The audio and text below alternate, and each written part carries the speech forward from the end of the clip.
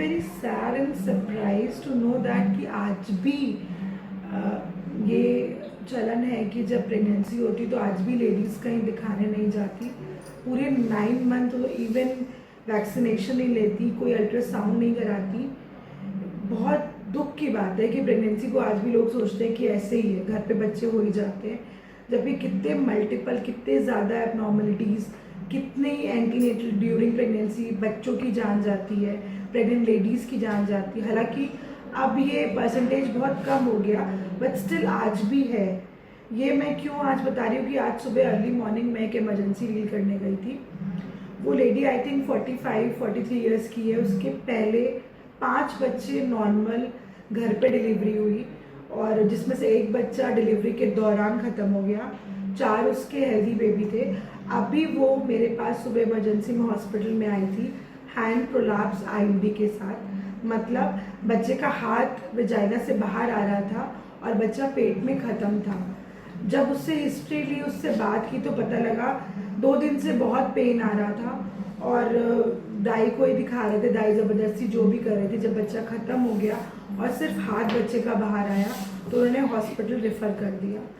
तो उस लेडी का एक भी अल्ट्रासाउंड नहीं था थ्रू आउट प्रेगनेंसी।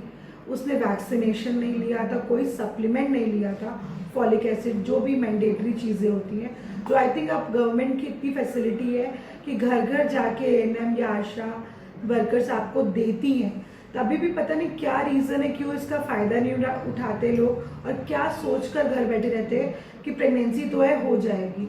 बट जब कोई बड़ा इंसिडेंट घर पे हो जाता है, या ऐसे जब जो इस पेशेंट के साथ हुआ, इस पेशेंट को सुबह सिजेरियन किया, आईयूडी बेबी निकाला, ब्लैडर यूट्रस बहुत ज़्यादा एग्जॉस्टेड, पेन ले के बहुत ज़्यादा थक गया था, जिसकी वजह से ब्लीडिंग बहुत हो रही थी।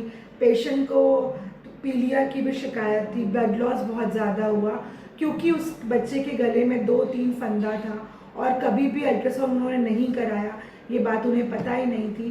तो उन्होंने होम डिलीवरी ट्राई किया वैसे, जिसमें बच्चे की जान चली गई।